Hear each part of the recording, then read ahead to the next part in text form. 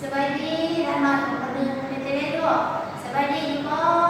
รู้ว่าแต่ละคนจะสีสบายดีเนาะเข้ามานี่ของร้านเนาะวันนี้เขาจะมีเรียนวิชาที่นี่วิชาคณิตศาสตร์เนาะแต่ว่าวิชาคณิตศาสตร์เขาทวนขึ้นบ่เขาทวนขึ้นเลขบวกมันแล้วเนาะให้ตัวบอกเก่งเซอร์เนาะเลขบวกนี่ตัวเก่งๆเพราะว่าเลขบวกมันเป็นง่ายๆเนาะเอาทวนขึ้นหน่อยนึงเนาะสักเลขบวกโอ้ยนี่ยังมีขนมโอฮาสดีคุณนะตาเข้าใจฝากมาเด้อจะมีรางวัลหายละของคนหนึ่งนี่กูได้เรียนออนไลน์เก่งนะนี่จะกูเก่งๆจะมีรางวัลหายค่ะมาผู้ใหญ่เนาะซึ่งพวกมีแล้วสองก่อนแบบนี้โอ้ยเนาะมีมากตื่นอีกแบบนี้ไปซื้อมาตื่นอีกสองก่อนแบบนี้นะฉันกูซื้อมีค่ะคุณโอมสักก่อนเนาะของร้านมีจักก่อนของร้านมีอยู่สี่ก่อนก็ค่ะทั้งรวมของการโฮมของการเงินการดูอัพเนาะวันนี้โอ้ได้ขนมซีก่อนแล้วใครได้สิไปกินซอยเด้ใครกินดีเนาะเอาสมุกกระยาฉันกินก็กินโอ้โหเบิ้ลไปก่อนหนึ่งเลยอ่ะเบิ้ลไปก่อนหนึ่งยังเหลือจะก่อนของร้านยังเหลืออยู่สามก่อนเนาะถ้าว่ากินเบิ้ลไปหรือว่าหายมูหรือว่าโอ้เบิ้ลมายังพวกเบิ้ลมาการลงเราบอกร้านเนาะการลงมันคือไงจะได้รู้การลงของร้านการลงเขาบอกว่าการลงเป็นแบบนี้เหมือนว่าการลงเนี่ยแหละจะเป็นขีดชื่อแบบนี้เราบอกร้านเนาะไม่รู้เป็นแบบนี้เป็นล้อเด็กลงเราบอกร้านเนาะเพราะว่าวันนี้เขาจะมาทวนขึ้นเกี่ยวกับการลงเราบอกร้านเนาะเอาเราก็จะมีตัวอย่างให้ดูเนาะการลงหรือเนาะจะมาอธิบายต่างๆโอ้ยมีตะโขบง่ายๆแน่นี่นะเนาะเอาตัวอย่างเนาะก่อนจะลงเป็นจะมีหนึ่งตัวอย่างเราจะมาเนาะ9 - 4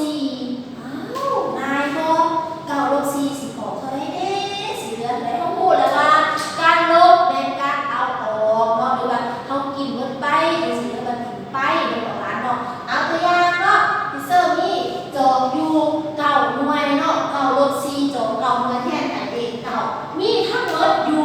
9จอกหรือว่า9 หน่วยเนาะโอ้เขาว่าลบได้ลบ4ที่เซอร์จะเอาไปใส่น้ำกิน4จอกเลยน้ำหนึ่งเนาะน้ำหนึ่งมีเก่าไข่บอลเนาะ1 2 3 4 5 6 7 8 9ของร้านน้ำมันที่เซอร์เด้อแล้วเอาออก4เพิ่นว่าแม่นบ่เอาออก4เฮาไปใส่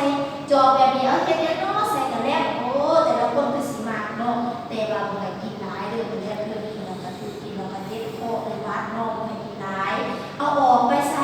4จอกเนาะเอานับออกไป4นับออกไปเด้อ1 2 3 4ออกไปแล้ว4บัดนี้ยังเหลือใครเนาะสองคนยังเหลือจอกเป็นหน่วยนับพร้อมกันยังเหลืออยู่1ตัวนี้ยังเหลือเลยของร้านเด้อ1 2แล้ว3 4 5แสดงว่าดิเซอร์ยังเหลือจอกอยู่5 หน่วยเราบอกร้านเนาะโอ้มีแต่พวกเก่งๆเนาะแสดงว่า9 - 4เหลือเท่าไหร่ของร้านเหลือเท่าไหร่เหลืออยู่5เราบอกร้านเนาะอีกวิธีหนึงนอกจากใส่อุปกรณ์เนาะการบวกกันลงในของคนหนึ่งนี่ได้ง่ายๆอันที่สองก็เป็นใส่นิ้วมือเป็นบ่เขามีนิ้วมือนี่บอกร้านเนาะมีกับพวกเก่งๆถ้าว่า9เนาะ9เขาก็ยก9 นิ้วเป็นบ่ลบออก4เขาก็เอาออกไป4นิ้วนับออก1 2 3 4เด็กเป็นนี่ได้ไหนเหลืออยู่5 นิ้วเห็นบ่คือกันเนาะอีกวิธีหนึงอีกเหมือนกันจังได๋บางคนนับอยู่เนาะคือไหลว่าโอ้9วิแล้วเนาะเอาออกไป4คนก็นับลง4เนาะ9แล้วนับลงไป4 9แล้ว8 7 6 5เหลืออยู่5คือกันเนาะแล้วอีกวิธีหนึงอีกว่าจะเฮ็ดจังได๋บัดนี้เนาะเอามาตึงกันอีกก่อนซะเนาะ9 - 4ออกอยู่5เป็นบ่เนาะออกอยู่5เนาะแล้วอีกวิธีหนึงบางคนเด้เนาะบางคนเขาจะมือแข็งเขาจะมาออกกำลังกายแต่ว่าเขาจะขีดเอาเนาะบางคนจะใช้วิธีการขีดถ้าว่า9 - 4เนาะ9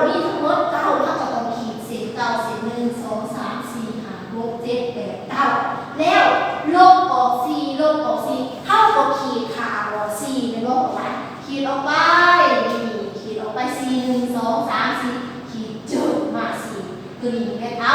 ออกเนาะแล้วมันจะเหลืออยู่1 2 3 4 5เน่ออกคือกันแม่นบ่ที่เจอเฮ็ดจอก็ออกคือกันนิ้วมือก็ออกคือกันนับก็ออกคือกันแล้วก็ขีดก็ออกคือกันแม่นบ่แสดงว่ามันถูกต้องเนาะเซิร์ๆเก่งๆแล้วเรื่องของต่อไปเนาะที่เซอร์จะให้แก้มาให้เบิ่งเนาะให้แต่ละคนแก้ใส่พื้นเขียนงามๆเขียนเป็นระเบียบแก้มาให้สาวผู้เบิ่งเด้อลูกเด้อแล้วเนาะเฮ็ดจังได๋